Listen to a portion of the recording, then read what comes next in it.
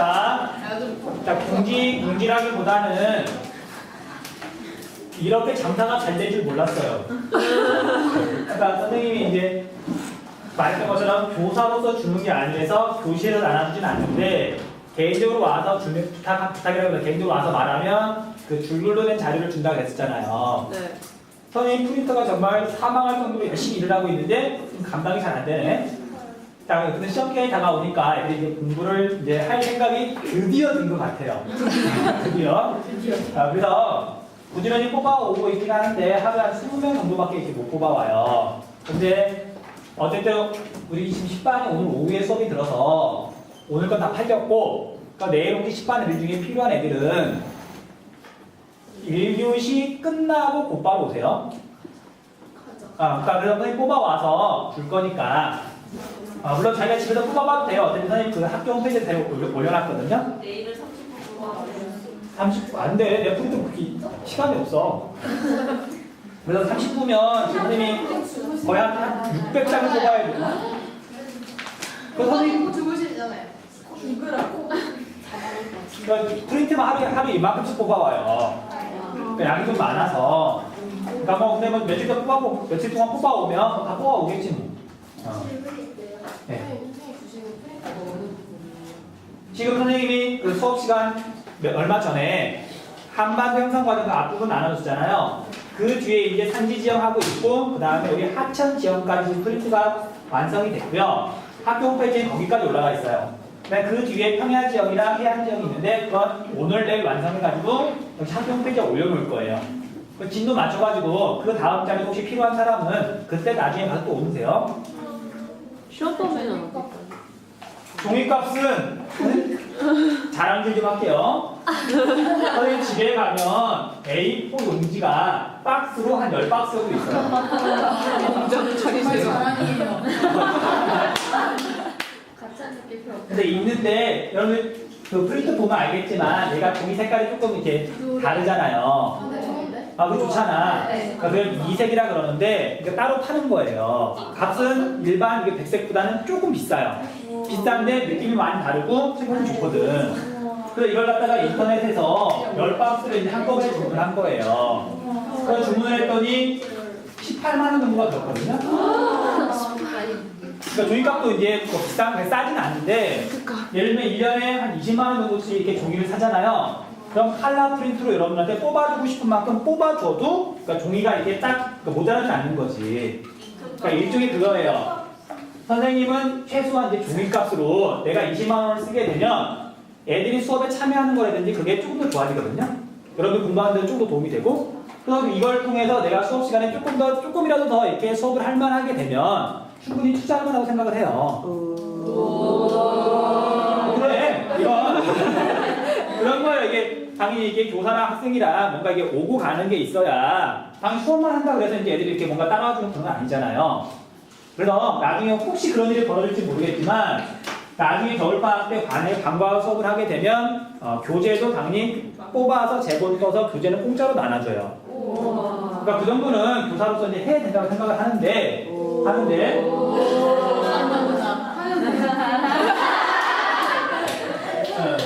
자, 그러다 보니까 이걸 포함해가지고 집에 칼라 프린트도 있는데 무한 잉크를 쓰거든요. 그러니까 잉크 값은 거의 안 들어가요. 잉크 값은 거의 안 들어가고 그냥 프린트가 정말 고생고생 하고 있는데 얘가 죽으면 이제 프린트를 새로 살 거지. 잉크값이 말려. 무한 잉크를 쓰면 되게 싸요. 그러니까 선생님 그걸 알고 나서 이걸 하기로 한 거야. 알고 나서. 이런 책 한 권 뽑잖아요. 잉크 칼라로, 풀 칼라로 이 정도 수준의 책을 그럼 잉크 값이 한 100원 정도 들어가요. 그러니까 종이보다 훨씬 싼 거야. 왜요? 그러니까 무한 잉크가 굉장히 싸요. 그러니까 우리가 잉크 정품 카트리지 보면은 뭐 네모난 크기가 이걸 끼워가지고 이렇게 쓰잖아요. 그게 아니고 잉크통이 이거가 좀 작긴 하지만 이런 식으로 프린트 옆에 4개가 이렇게 들려있어요. 잉크가 떨어지면 이걸 열어가지고 잉크를 이렇게 큰 통에 있는 걸 따라가지고 쓰면 되거든. 지금 얼마나 큰 프린트예요? 그냥 평범한 프린트예요. 이 조금만 이렇게요? 평범한 프린트인데 프린트 중에서 속도가 좀 빠른 거지. 학교에서 안 뽑아요. 학교는 칼라 프린트가 없잖아요. 우리 학교가 그러니까 있긴 있더라도 내가 많이 뽑을 거기 때문에 내가 프린트를 독점할 수는 없잖아. 그러니까 그래서 이왕이면 이게 조금만 정성을 들이면 그냥 여러분들 말로 정말 이런 평범한 그 백색 A4 보면 눈이 약간 아프거든요. 그러니까 그것보다 이색이 훨씬 낫고 저거 뽑아가지고 애들한테 주면서 돈 받을 수도 없잖아요. 그러니까 이거 그러니까 나중에 가면 여기까지 이야기 마칠게요. 보충 수업비가 생각보다 돈을 많이 줘요. 시간당 한 4만 원씩 줄 거야. 시간당. 그 만약 선생님이 보충 수업을 시간당 한 5시간 한다. 그러니까 많이 할 때 한 이틀이면 5시간 하거든요. 그 이틀 정도 보충 수업 안 했다고 생각을 하고 이걸 가지고 그냥 애들한테 투자한다고 생각하면 그냥 투자를 해놓고 넘어가면 돼요. 끝. 아, 수업 할 거야. 아. 자, 그래서 우리가 산지 특색을 했고요. 하는 중에 우리가 6대 하천 이야기까지 한 것 같아요. 자, 이제 그 다음에 계속 산지의 특성하고 관련된 건데, 해안선 형태도 산지하고 관련이 있어요. 산지하고. 자, 그래서 우리 한반도를 이렇게 봤더니 태백산맥 높은 산중기가 이렇게 뻗어 있고 함경산맥도 이렇게 뻗어 있어요. 그리고 이제 해발도가 낮은 다른 산맥들이 이런 식으로 지금 가로 방향, 동서 방향으로 뻗어 있죠. 이것 때문에 동해안과 황해안과 남해안의 해안선이 모양이 달라지게 돼요. 자, 보세요. 자, 우리가 태백산맥이 이렇게 솟았죠. 그 빙기가 지나서 후빙기가 되면 물이 이렇게 차오르는데 태백산맥을 기준으로 동해안 쪽은 단순해요. 그나들이 별로 안 심하단 말이에요. 그러니까 동해안은 산맥하고 해안선하고 평행하기 때문에 해안선이 단조로워요. 그에 비해서 이 가로 방향으로 지금 2차 산맥들이 뻗어 있잖아요. 후빙기 때 수준이 상승하면서 이쪽이 물에 잠기는 거예요. 그러니까 손가락은 물에 잘 안 잠기죠. 이 사이사이는 물에 잠기겠죠. 근데 여기 이렇게 드나듦이 되게 심한 거죠. 자, 그래서 산맥과 평행하기 때문에 단순하다. 산맥과 해안선이 수직이기 때문에 복잡하다. 그렇게 정리하시면 돼요.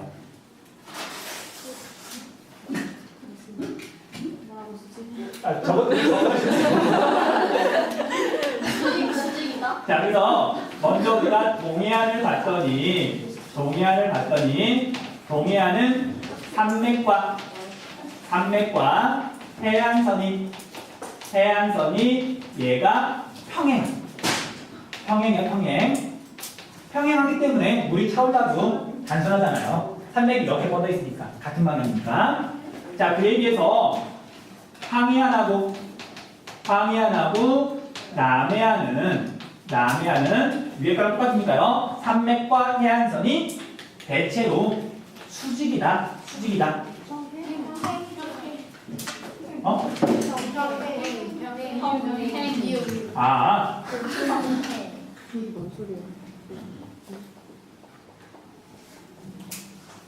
자, 그래서 우리가 황해안, 남해안처럼 굉장히 해안선이 복잡하고 섬이 많은 이런 해안을 뭐라고 부르냐면 리아스식 해안이라고 부르죠. 자, 리아스식 해안은 나중에 다시 한번 할 거니까 지금은 이렇게 그냥 단어만 적어주세요. 리아스식 해안.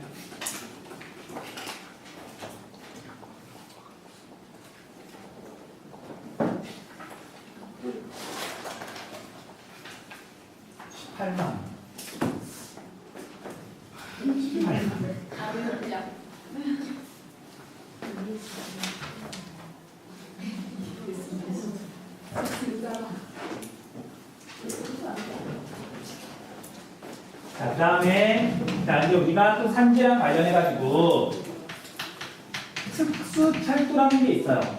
특수철도. 이 부분은 약간 재미있는 내용이라서 들어볼만 할 거예요. 자, 보세요. 자, 우리가 한반도를 보통 단면도를 그릴 때 이런 식으로 그리잖아요. 동쪽과 서쪽과 동쪽이 이렇게 있으면 자, 기차가 여기서부터 동해안까지 간다. 그러면 여기서부터 여기까지는 그냥 이렇게 일반적으로 올라가면 돼요. 근데 여기를 내려갈 때 이쪽은 경사가 굉장히 급하거든요. 여기서는 문제가 발생해요.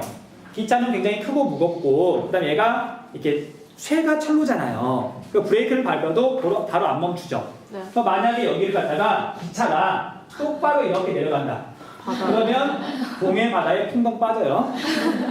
여러분 그래서 우리가 놀이공원 가면은 그 롤러코스터 탈 때 처음에 되게 높이 올라가야 되잖아요. 네. 근데 본 사람은 알겠지만 앞에서 톱니바퀴 같은 게 돌아가면서 기차를 끌고 올라가잖아요. 네. 기차는 경사가 급한 곳을 가려면 특별한 시설이 필요해요. 자, 또 예를 들자면 자 이렇게 산이 있을 때 자동차가 산에 올라갈 때는 어떤 방법을 쓰냐면 이렇게 길을 만들어요. 그러면 이제 멀리 돌아가는 대신 경사가 완만해지니까 자동차가 올라갈 수 있죠. 네. 근데 우리가 기차는 이렇게 회전을 할 수가 없잖아. 크니까, 기니까. 그 기차는 이런 방법을 쓸 수가 없어서 여기를 이렇게 오르내릴 때 특수하게 만들더라. 그걸 특수철도라 그래요. 자, 그래서 이제 좀 설명을 해줄게요. 자, 여기가 동해예요. 동해 쪽에서 태백산맥을 바라보면 이렇게 산줄기가 보이거든요. 동해 안에서 태백산맥을 지금 바라본 거야. 그럼 기차가 어떤 식으로 내려오냐면요. 이렇게 내려오면 안 된다 그랬죠. 이렇게 철로를 만들었어요. 이런 식으로. 그래서 기차가 쭉 내려오다가 멈춰요. 선로를 바꾸고 후진해가지고 이렇게 와요. 선로를 바꾸고 다시 이렇게 와서 앞뒤로 몇 번 반복하다 보면 여기까지 내려올 수가 있는 거예요. 이렇게 하면 경사가 완만해지니까 급경사를 내려올 수가 있게 되겠죠. 자, 이러한 방법을 뭐라고 부르냐면 바뀐다. 스위치 100이라고 불러요. 스위치 100. 자, 그런데 이러한 방법은 조금 안타깝게도 2012년도에 없어졌어요. 그러니까 왔다 갔다 하더라고. 이게 시간도 오래 걸리고 안정성에도 약간 문제가 있어가지고 얘는 이제 없어졌고 여기가 있던 구간에 스위치백 리조트라 그래서 관광단지를 만들어놨어요. 그래서 지금은 이제 실제로 타볼 수는 없지만 아마 가서 체험을 할 수 있을 거야. 그러니까 나중에 여러분들 뭐 수능 끝나고 강원도로 놀러 갈 때 잠잘 데가 마땅치 않다. 그러면 스위치백 리조트에서 잠을 자면서 한번 체험 한번 해보세요. 기차라고 하는 건 되게 길잖아요. 앞에하고 뒤에 기관차가 달려 있어요. 그래서 전진할 때는 앞에 끌고 가는 거고 후진할 때는 얘가 또 끌고 오는 거예요. 그런 식으로 왔다 갔다 하거든요. 그래서 이런 방법이 있고요. 자, 그러면 이제 이 방법이 없어진 대신 어떠한 방법을 썼냐면 아까 이제 몇몇 학생들이 이렇게 손으로 표현하던데 땅 속에다가 터널을 굉장히 길게 파요. 삥 돌아가면서 땅 속에다가. 그러면 얘가 직접 내려오는 게 아니라 삥 돌아가지고 땅속을 통해서 내려올 수가 있겠죠. 이러한 방법을 루프식이라고 불러요. 루프식. 자, 그런데 우리가 뭐 시험 문제에서 스위치백, 루프식 이런 말이 등장하진 않아요. 그냥 특수한 철도 시설이 있다. 그 정도만 나오니까 이걸 외우거나 그러실 필요는 없어요. 자, 이런 루프식은 굉장히 터널이 길어요. 터널 길이가 거의 30km쯤 돼요. 그래서 얘가 터널을 들어갔는데 기차가 계속 달리거든요. 거의 10분 이상 걸려요. 그러니까 터널만 계속 나오는 거야. 그래서 삥 돌아가지고 급경사를 내려올 수가 있더라. 우리나라 동해안 지역이 경사가 급하니까. 여기까지 쭉 정리하세요. 정리하시고. 동해안에서만 있어요? 동해안에서만 썼다가 스위치는 원래 동해안 쪽에서만 있다가 그러니까 얘가 어디에 있냐 그걸 물어보진 않아요. 근데 이 루프식은 원래 스위치대 구간이었던 곳을 루프식으로 바꾼 곳도 있고요. 여기 말고도 한 두 군데가 더 있어요. 근데 뭐 그 위치는 알 필요가 없고 이런 독특한 방법이 필요하다. 그냥 그 정도만 알고 있으시면 돼요. 가뜩이나 한국지리는 쉬운 방법은 아닌데 너무 자세히 들어가면 애들이 머리가 터진다 그래요. 여기까지만 알아도 될 것 같아. 졸려. 여러분들 책 들었나? 언제? 네. 내일? 아까 2교시 때 9반 수업을 했는데 9반 애들이 너무 졸려하더라고요. 왜 그러냐 그랬더니 체육 휴유증이래요. 그 체육 언제 들었나 봤더니 어저께 1교시가 체육이었더라고요. 이거 핑계를 댄 게 따로 있지. 어제 1교시 체육 수업을 핑계로 대고.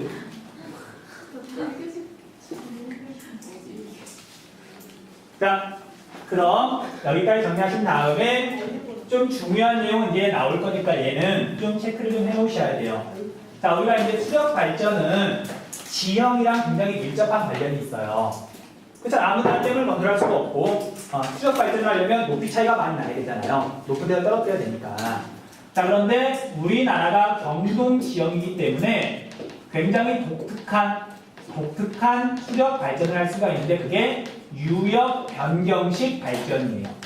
유역 변경식 발전.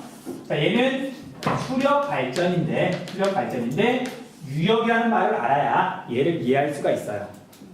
자, 다음 단원인 하천 지형에서 다시 한번 설명할 거지만 유역만 먼저 설명을 할게요. 얘 언제 말이지?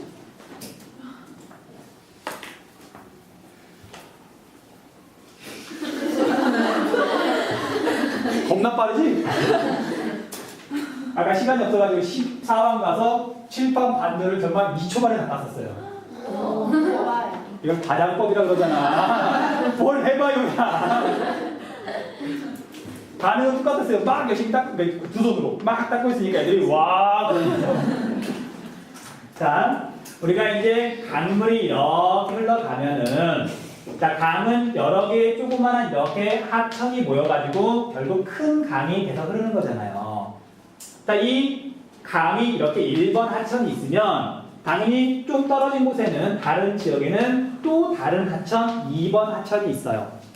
그래서 여기 중간에는 뭐가 있냐면 이렇게 경계를 나눌 수가 있는데 하늘에서 떨어진 빗방울이 어떤 경계를 기준으로 여기에 떨어진 빗방울은 2번 하천으로 가고 여기에 떨어진 빗방울은 1번 하천으로 가고 이렇게 나뉘는 중간 경계 부분이 있다 그랬었잖아요. 1단원에서 나왔던 내용이에요.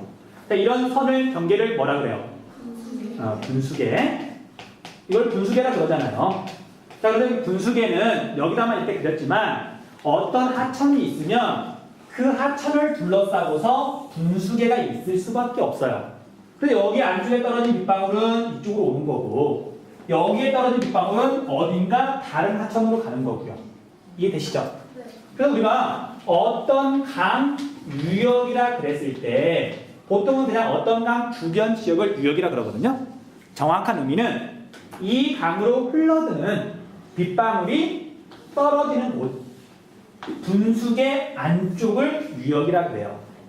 그러니까 우리가 한강 유역 그러면 한강의 주변 지역인데 정확히는 한강의 분수계 안쪽, 이걸 한강 유역이라 그런다고요. 유역이란 개념 잡으셨죠? 애들이 이해를 분명히 한 것 같긴 한데 눈동자를 보면 이게 애매한 눈동자예요, 이게.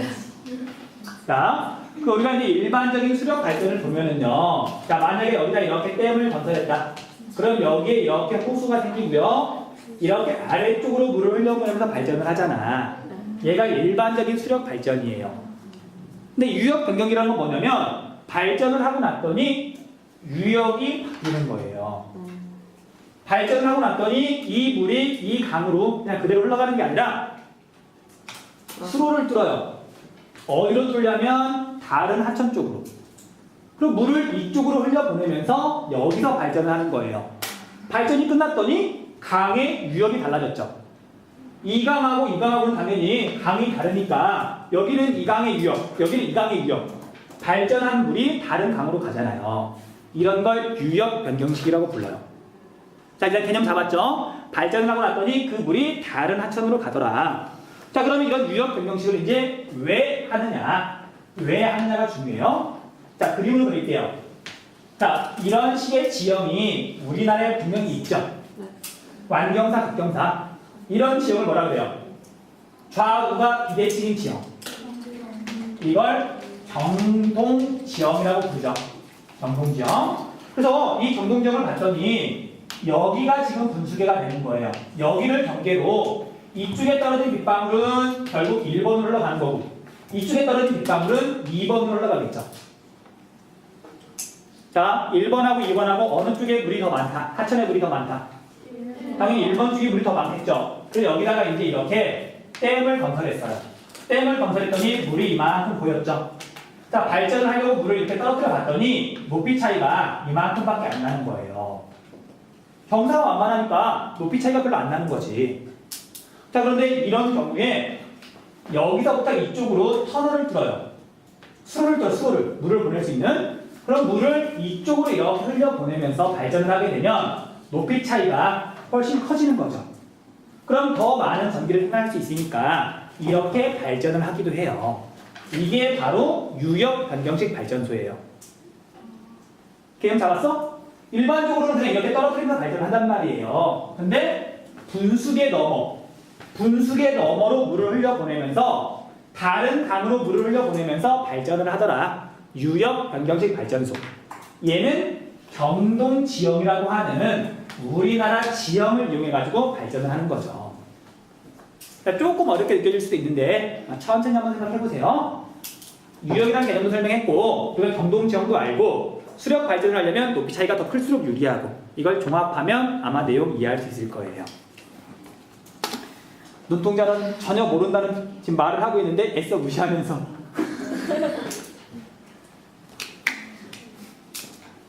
경동지형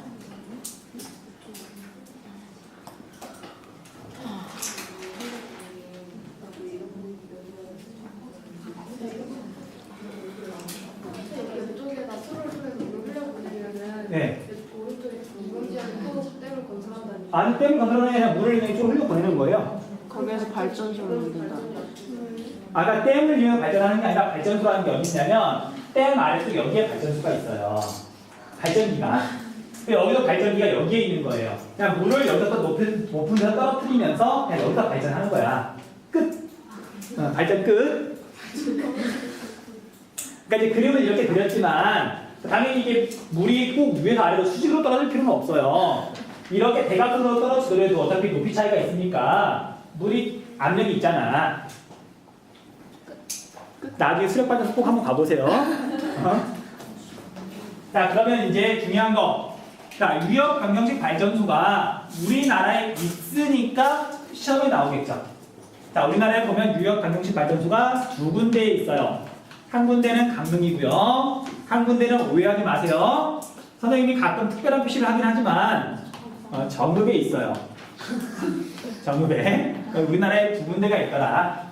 자, 이게 이과 이름은 몰라도 상관없는데 얘랑이 모의고사에 한 번씩 나온 적이 있어요. 그러니까 알아둘만 해요. 알아둘만 해.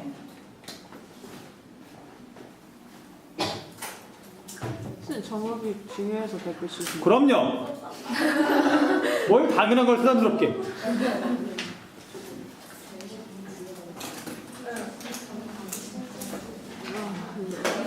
중요한 건 아니고 중요하다고.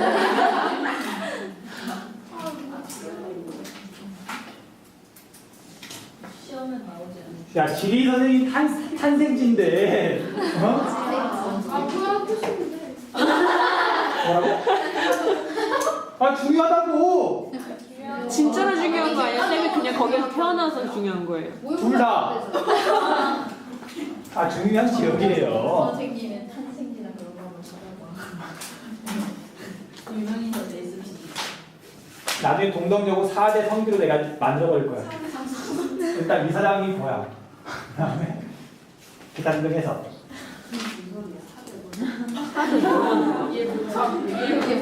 여러분들 우리가 예를 들면 어느 종교에나 성지가 있잖아.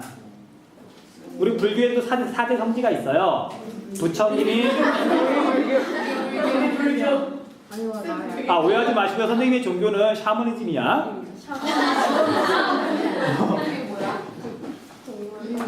야, 샤머니 뭐야?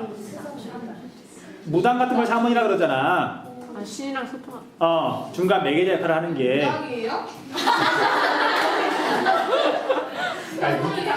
농담으로 그러는 거고요. 우리 원래 교직에서는 정치나 종교 얘기를 하면 안 되거든. 그런 자유가 있으니까. 근데 어떤 그런 얘기를 어떻게 하다고 할 때도 있잖아. 근데 내가 이렇게 뭐 기독교다, 뭐 불교다 그러면 이렇게 오해를 할 수도 있거든. 근데 그때 샤머니즘이라 그러면 아무도 뭐라고 안 해요. 자, 아무튼 내일 내용 정리 좀 할게요. 자, 강릉하고 정읍은 뭐 필기 따로 하지 마시고요. 그냥 듣고 넘어가셔도 돼요. 그러니까 뭐 이게 외워야 되는 그런 내용은 아니고 한번 들으면 문제가 나오더라도 풀 수 있는 내용이 나오거든요. 그리고 여기에 대해서 또 그것만 물어보는 게 아니라 여기를 예로 들면서 이걸 물어보기 때문에 그냥 듣고 넘어가셔도 된다고요. 자, 우리가 강릉을 봤더니 여기에 지금 태백산맥이 있어요. 태백산맥이 있고 이제 이쪽이 동해안이고 강릉은 동해에 있는 항구 도시죠. 자, 서울에서 강릉을 이렇게 넘어갈 때 넘어가는 고갯길 어디예요? 서울에서 강릉 갈 때 넘어가는 고갯길, 태백산에 넘어갈 때 여기가 지금 대관령이에요. 자, 대관령에서 뭐 많이 해요? 대관령에서 생각나는 거 양이랑 그 풍력. 풍력발전소랑 하나 더 눈 말고 삼양라면 말고 삼양라면 말고 고랭기농업 여기서 배추 같은 걸 또는 고랭기농업을 되게 많이 한단 말이에요. 다 답 나오기 힘드네. 자, 그래서 이 대관령 아래쪽에다가 댐을 하나 이렇게 건설을 해놨어요.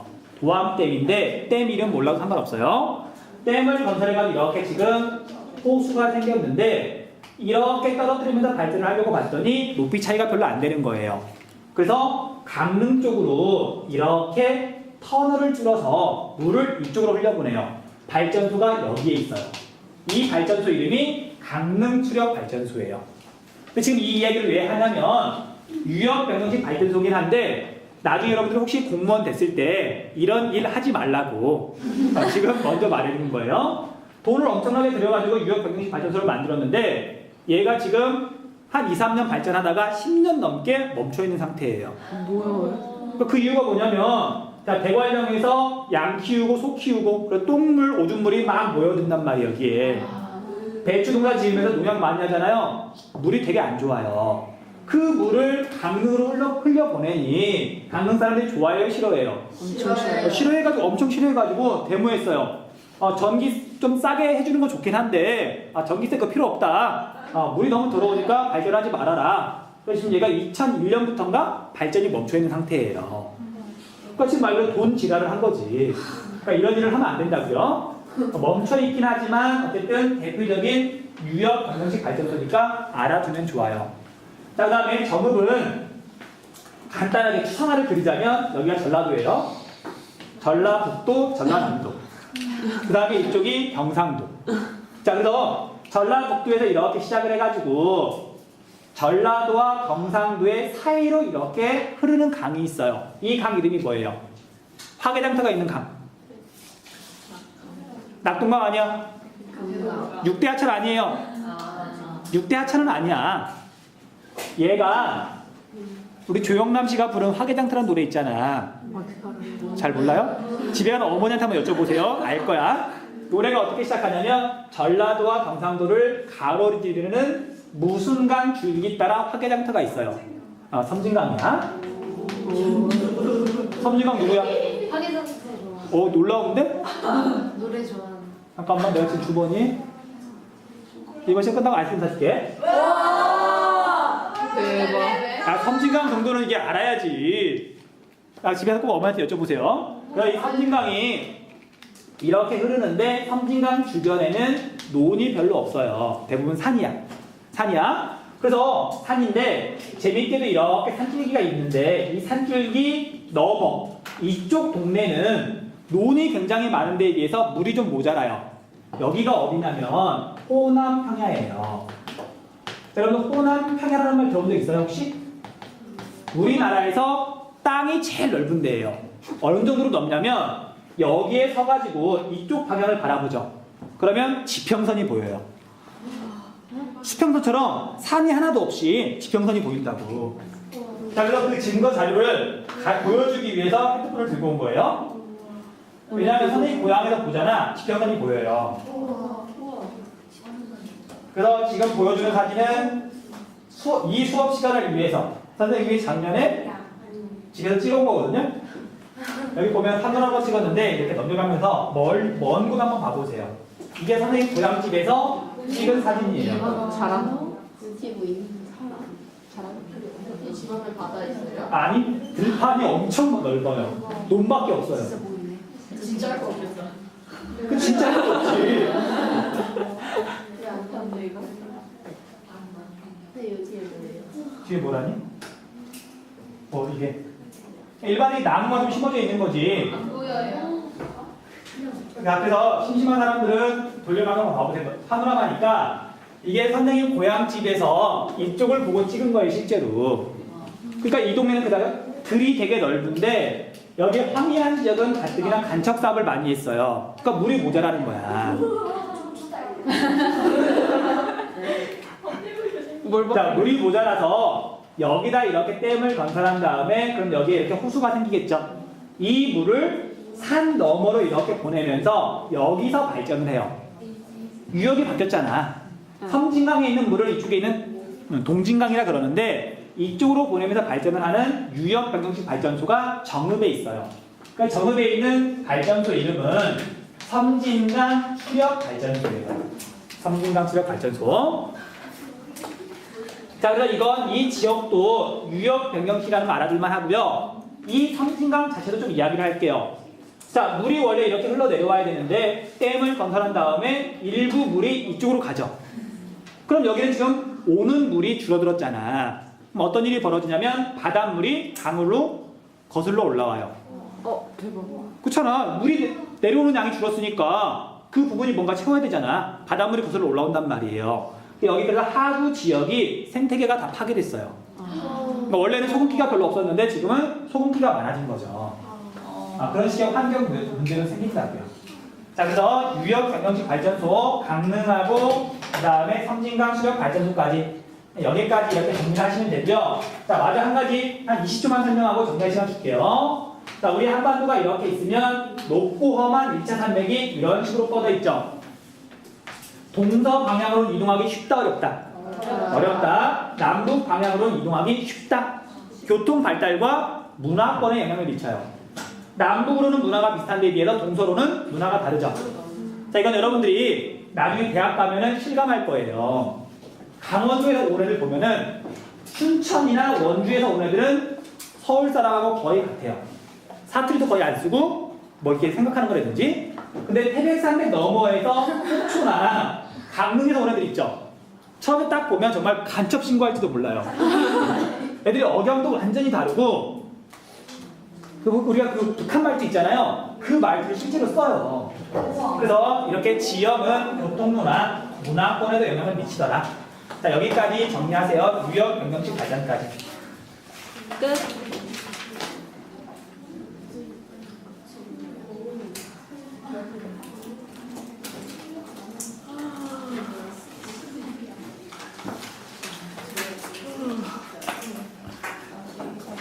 자, 다른 거 보지 말고 지평선만 봐야 돼.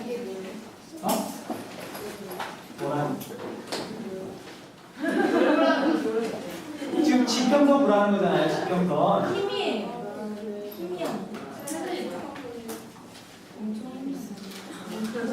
거기 선생님 아가이에요? 선생님 고향 중이에요. 지평선 땅이 이렇게 평평해요. 산이 없다는 얘기야. 산이 없어요. 산이. 왜 나는 그러니까 너무 멀리 보이는 일부적인 산이 있는데 이쪽까지는 산이 없지. 어? 다 못 봤다고? 근데 안 봐도 돼. 너무 생각나서 막 미국식처럼 짱 녹이 싫어요. 헐. 이번에 마을에 이게 먼 데가 보면 지금 산이 없이 평평하잖아요. 이런 것이 좀 그래가지고 이런 식으로 평평한데 쭉 봤더니 이쪽에 산이 보이는 전산 쪽이고요. 여기서부터 이쪽으로 이제 산이 안 보여요.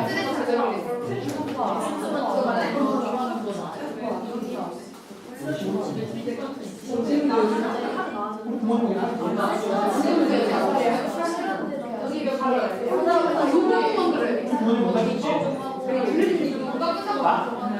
이게 15분이네. 결혼하셨어요?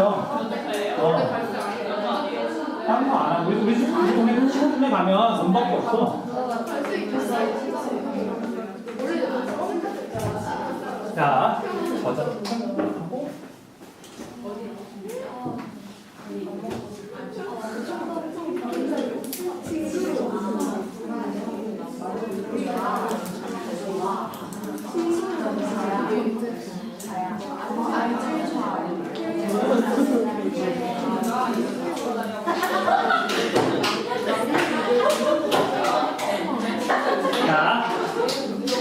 자, 그만. 아 진짜 헷갈리더라. 좀 남았으니 조금만 더 해볼게요. 자, 여기 봅시다. 쉬면 안 돼요? 안 돼. 자, 선생님 말했던 것처럼 진도를 최대한 빨리 나가고 마지막 시험 전에 문제 풀이라도 좀 해주고 싶어서 그런 거예요. 결국 참아야, 참을 줄 알아야 좋은 결과가 오는 거잖아. 우리 선생님 놀고 싶지. 물론 거짓말이에요.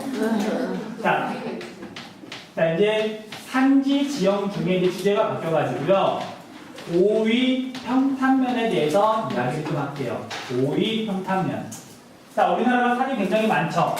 근데 산이 굉장히 많은데 산에 대해서는 사실 다룰 게 별로 없어요. 왜냐면 경사가 급하니까 사람이 별로 안 살잖아요. 뭐 사람이 실제로 이용을 해야 뭔가 중요한데 산악지대는 안 그렇단 말이야. 그런데 우리가 산지 지역 가운데 비교적 평탄한 면이 나타나는 데가 있어요. 평탄한 곳이 있어. 여기서 농사도 짓고 사람이 이용할 수가 있거든요. 높은 곳에 위치하는 평탄한 면, 산지 지역 가운데서는 제일 많이 물어보는 동네예요. 지역이 평탄하니까. 자, 그래서 얘도 중요한 거 형성 과정이 중요해요. 자, 모든 지역은 얘가 어떤 과정을 거쳐서 만들어졌느냐. 자, 얘는 앞에서 한번 했던 내용이에요. 5위 평탄면 언제 이야기했냐면 신생대 제3기에 일어난 경동성 요구운동 때 4가지 지역이 만들어졌다고 그랬잖아요. 4가지. 자, 그래서 이것들은 무엇 때문에 만들어졌냐면 융기 때문에 만들어졌다. 경동성 요구운동 때 만들어진 거예요. 그래서 이렇게만 적어 놓으시고 그 과정은 그냥 여기 설명 보고 이해하시면 돼요. 자, 우리가 보통 한반도를 이렇게 동서단면도를 그릴 때 이런 식으로 그리죠. 대체로 이렇게 뾰족하게 융기를 한번 맞는데 땅이 균일한 것도 아니고 힘이 모든 지역에 걸쳐가지고 균일하게 작용한 것도 아니고 일부 지역은 비교적 넓은 땅덩어리가 이렇게 융기한 곳들도 있어요. 이렇게 꼭 뾰족하게 융기한 게 아니라 그 일부 지역 같은 경우에는 예를 들면 여기 같은 경우에 단면도를 그려봤더니 이런 식으로 평탄한 부분이 이렇게 융기를 해버린 거죠. 이런 동네들도 있더란 말이죠. 여기가 바로 5위 평탄면이에요. 자, 그래서 이렇게 평탄한 면이 어떻게 생겼냐면 53페이지 사진 한번 볼게요. 53페이지 사진. 자, 사진을 보면은 5위 평탄면의 이용 오랭기 농업이라고 돼 있죠. 자, 여기를 봤더니 산 꼭대기라는 느낌 혹시 들어요? 자, 산 꼭대기 같지 않죠? 근데 여기에 해발 고도가 관악산보다 높고요. 그리고 실제로 여기가 산 꼭대기 부분이에요. 산 꼭대기인데 이렇게 평평한 거예요. 자, 그래서 관악산보다 높은 이런 꼭대기 부분이 평평한 이유가 뭐냐면 원래 평평했던 땅이 그대로 융기를 한 다음에 아직 침식을 많이 받지 않았기 때문에 그런 거예요. 자, 여기도 오랜 시간이 지나잖아요. 앞으로 한번 1000만 년 지나잖아. 그럼 되게 경사가 급하게 바뀔 거야. 침식이 일어날 때는 하천 흐르는 부분부터 먼저 깎이잖아요. 얘도 오랜 시간이 지나면 없어질 테지만 아직 평평했던 그 흔적이 그대로 남아있는 거죠. 얘는 반드시 산 꼭대기가 저절로 평평해지진 않으니까 평평했던 땅이 융기에서 만들어지더라. 그렇게 정리해 놓으시면 돼요. 자, 그래서 이 융기는 신생대 제3기에 일어난 경동성 요구운동 때문에 일어난 거다. 자, 그 다음에 그 밑에 있는 지형도 볼게요. 지형도. 자, 우리가 지형도 읽는 방법은 뭐 배우진 않았지만 그래도 기본적인 건 아마 알고 있을 거예요. 자, 우리 53페이지에 보면 지형도가 하나 나와 있죠. 자, 여기에 굉장히 낯익은 지명이 하나 있을 거예요. 평창에서 뭔가 열리죠. 올림픽. 바로 그 평창이에요. 그 지형도를 봤더니 이쪽에 지금 등고선이 굉장히 촘촘하고 이쪽은 등고선의 간격이 상대적으로 넓죠. 자, 등고선의 간격이 촘촘하면 경사가 급하다, 완만하다. 급하다, 완만하다. 중요한 건 이제 해발 고도를 읽으시면 돼요. 과연 몇 미터 지점에 있는 건가? 자, 봤더니 900m, 1000m, 1100m까지 있죠. 여기는 지금 급경사로 지금 계속 산 꼭대기로 올라가요. 1100m 지점이 제일 높아요. 이 지형도를 보면. 그리고 이쪽에 봤더니 다시 1000m, 900m 낮아지는데 산 꼭대기 부분에 올라가서 봤더니 여기가 이렇게 비교적 평탄한 지역이 나타나는 거죠. 완전히 평지 아니다? 완전히 평지가 아니고요. 여기 사진처럼 비교적 평탄한 지역이 넓게 나타나는 거예요. 산 꼭대기 부분에. 여기가 지금 평창이라고 써있고 대관령 면이라고 써있죠. 대표적인 고위평탄면이에요. 자, 그럼 지형도가 나오면 해발 고도를 제일 먼저 읽으시면 돼요. 산 꼭대기의 평평한 면. 산 꼭대기의 평평한 면. 그렇게 지형도를 보시면 되고요. 자, 그 다음에 이런 고위평탄면이 우리 한반도에서 어디에 주로 있느냐 분포를 볼게요. 자, 대표적인 동네가 어디냐면 여기 지형도에 써 있는 것처럼 대관령이죠. 대관령. 근데 조심해야 되는 거. 대관령은 태백산맥을 넘어가는 고갯길이에요. 고개라는 건 주위에 비해서 해발 고도가 낮아가지고 사람이 넘어다니기 좋은 길이잖아. 그 대관령 자체는 고위평탄면이다 아니다? 아니에요. 대관령은 고갯길이지. 주변 산지보다 낮은 동네란 말이에요. 근데 우리 고위평탄면은 주변보다 높은데 평평한 지역이잖아. 그러니까 정확히는 대관령이 아니라 대관령 고갯길 주변 지역 일대가 고위평탄면이에요. 그러니까 정확히는 대관령 일대라고 대답을 하셔야 돼요. 대관령이라고 하면 사실 틀린 말이라고. 근데 보통 대관령 그러죠. 일단 한 군데 더 어디가 또 이렇게 고위평탄면이냐면요. 진안 고원이라는 데가 고위평탄면이에요. 자, 진안 고원은 좀 낯설죠. 여러분들이 낯익은 단어를 적자면 무주 리조트가 있어요. 자, 무주 리조트가 뭐 하는데요? 리조트요. 리조트인데 뭐 하는 데냐고. 스키 타는 데잖아요. 굉장히 남쪽인데도 불구하고 스키장이 있어요. 왜? 해발고도가 높거든요. 그래서 이 위치 한번 찾아볼게요. 자, 우리 지도 있는 사람은 지도 꺼내셔가지고 대관령은 어디에 있냐면 평창에 있으니까 평창을 찾아보시면 되고요. 자, 무주는 아주 무주군인데 행정구역상 어디냐면요. 전라북도예요. 지도에서 한번 위치 한번 찾아볼게요. 지도에서 위치. 자, 지도 있는 사람은 꺼내가지고 무주 한번 찾아보세요. 무주. 찾았죠? 그 다음에 평창도 찾아보시고요. 평창.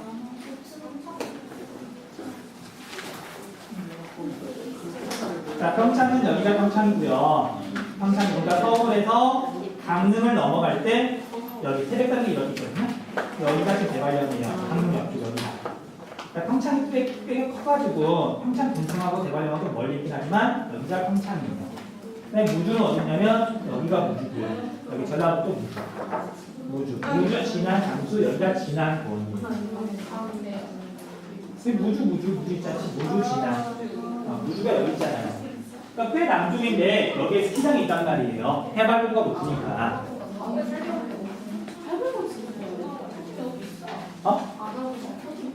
뭐가 비싸다고요? 코팅 비싸죠? 혹시 우리 학교에 그 코팅하는 기계 있나? 나 그거 확인을 못 해봤는데 전에 있던 학교에서는 그 기계가 있었거든요.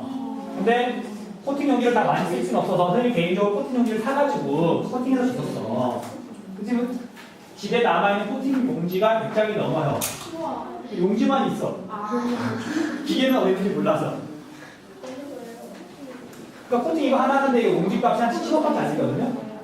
원가가. 근데 왜 800원이나 1,000원이에요? 그러니까 난 코팅을 그랬을 때 내가 개인적으로 산 거지. 애들이 코팅해서 주라고. 문방구에서 너무 기계가 너무 피겠어요. 그러니까 이제 기계가 얼마나 하는지 모르겠는데 비싼 거. 그러니까 또 학교마다 그 코팅하는 기계가 있거든요. 이 학교가 파악이 못했어요. 자, 여기까지 질문.